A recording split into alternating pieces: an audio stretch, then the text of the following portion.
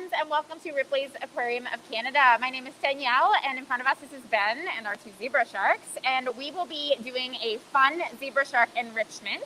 But before we do that, I'm just going to do our land acknowledgement. Ripley's Aquarium of Canada acknowledges that we are on the traditional territory of many nations, including the Mississaugas of the Credit, the Anishinaabe, the Chippewa, the Haudenosaunee, and the Wendat peoples, and is now home to many diverse First Nations and Inuit and Métis peoples. We also acknowledge that Toronto is covered by Treaty 13, signed with the Mississaugas of the Credit, and the Williams Treaty, signed with multiple Mississaugas and Chippewa bands. All right, friends, so this is Ben. Wave hi. Hi, Ben.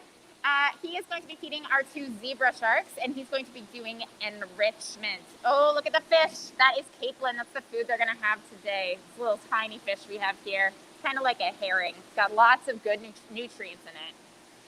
So the sharks we have in here are different reef sharks, but the two we're going to focus on today are zebra sharks. And they're the yellowish colored sharks that are going to come by, and you might have already seen them come by to say hi to Ben, because this is what they normally do.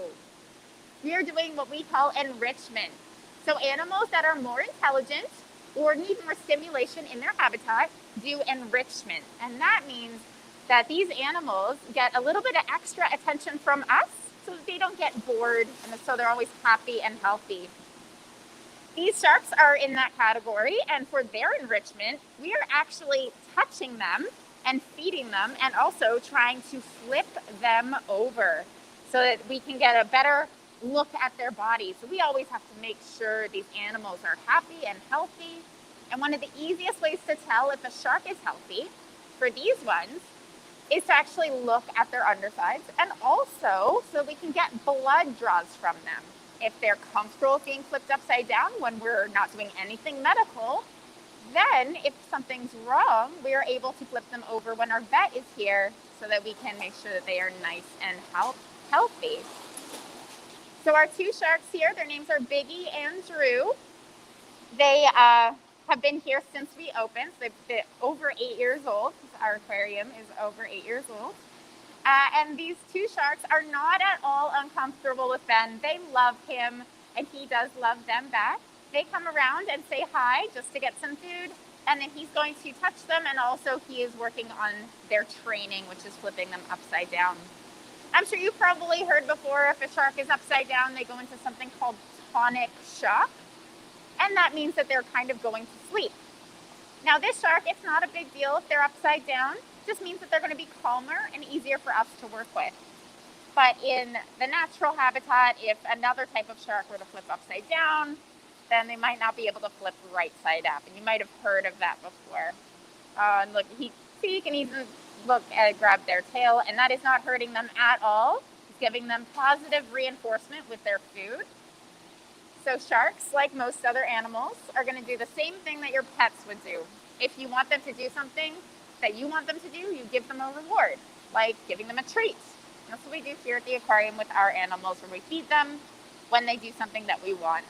So coming toward us so that we can touch them is something we want, so we give them a food reward. And they do enjoy capelin. Oh, look at that! We got one upside down. So Ben's going to reach for the food, and yep, give them a little bit of food and a belly rub so they are comfortable upside down. From that angle, you can actually tell the gender of a shark. So if you look at the hip fins, which are called pelvic fins, on sharks, the males will have a little bit extra on them. So we call those claspers. And because these ones don't have those, they're females. And only one of our sharks is really good at flipping over. The other one is not as good, still in training, but that's all right. We do love them the same. Zebra sharks naturally live in coral reef habitats where they would hunt other fish, squid, and shellfish. So instead of having cutting teeth, these ones have crushing teeth. So they're not going to hurt Ben at all. They could get his fingers in his mouth, but that's why he's wearing gloves, so he doesn't get a little rash burn. They're not actually going to give any lasting damage. I'll show you what I mean by that. I have a jaw here of a shark. This is from a zebra shark. It's actually just a copy of a real one, but you can see these teeth. Look at them. They're flat. They're kind of pointy, but that's about it. They're really, really good at crushing things like shellfish and other fish and crabs, but they're not going to try to crush people's fingers. And it is an area because he is hand feeding them. It's something that does happen on occasion, but we have precautions, and Ben is the one who looks after these animals, so he knows what he's doing. Wow, he's so strong. That was amazing. And don't worry, that shark was not injured or uncomfortable. He only does that when the animal's comfortable. And also, that shark is not actually as heavy as you may think. They're actually closer to 100 or less pounds. And that is because they don't have bones in their bodies. Like all sharks, they have cartilage in their bodies. So it's actually a lighter material, allows them to swim better, and that makes them quite a bit lighter if you were to try to lift them up like that. Remember that Ben works with these animals, so do not touch any animal that you see in the ocean or at an aquarium unless you are given permission to. Wild animals are not used to us. We don't look like anything in their habitat, and you do not want to scare them or get injured by them. So please give them their space. Saying that, these sharks do live in coral reef habitats, so people have seen them before in the ocean. They will most likely just stay hidden because they're nice little spots on their bodies, and their coloration like sand helps them camouflage very well. And they like to stay still and wait for their food to come by and jump out at it. They're ambush predators, but they're not going to try to hurt you. Sharks get a really bad reputation from all of the media that shares that they are killing machines, which they are not. They are just really, really good predators.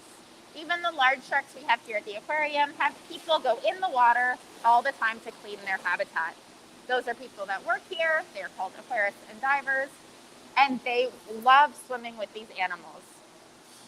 If you want to know the numbers, around 10 or less people die every year by sharks. It's a very small number compared to a lot of other things that could injure you, like bathtubs, coconuts, taking selfies. Oh, and we got another shot of her upside down. That's awesome. But on the other side, 150 million sharks die every year because of people. And a lot of that is due to unsustainable fishing practices. And that is actually harming a shark like this. So the zebra sharks are considered endangered in most of the world, and their population is decreasing.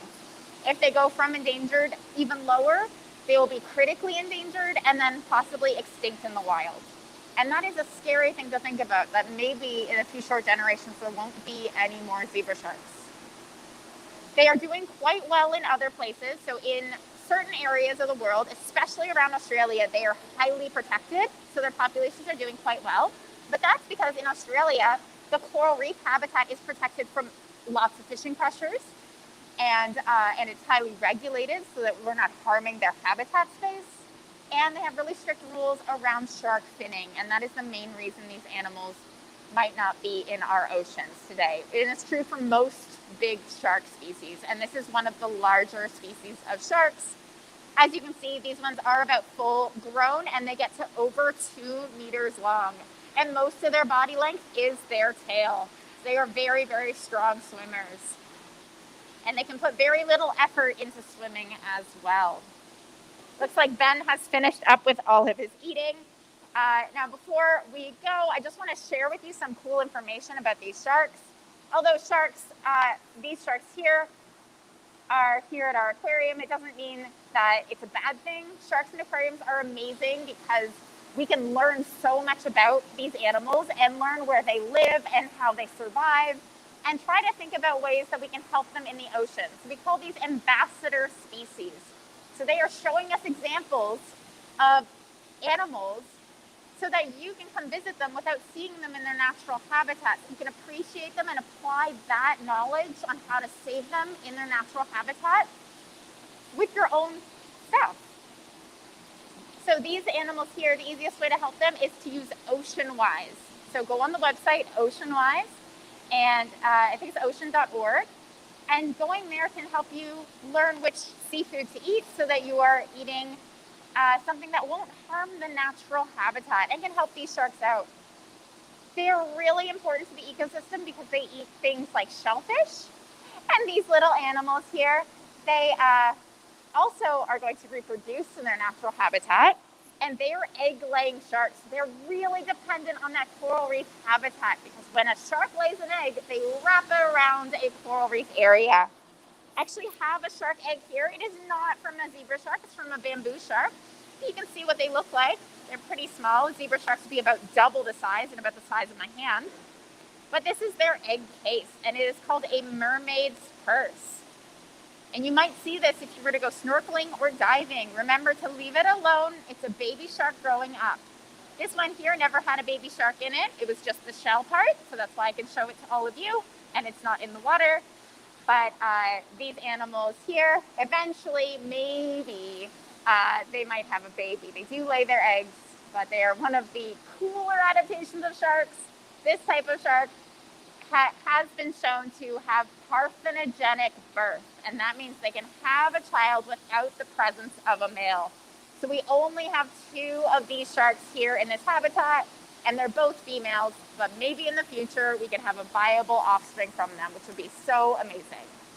The main baby sharks we have here at the aquarium come from animals in here. They are called white-spotted bamboo sharks, and that's the same egg I just showed you. And they are a very common shark that you might find at an aquarium, and they breed really readily at those places. So friends, if you have any questions at all, please share them in our comment section, and we will get back to you at a later time. And we had such a fun time with you today, and I hope you have a wonderful rest of your day. And please visit us again next week for our next animal interaction. Wait, bye, Ben. Bye.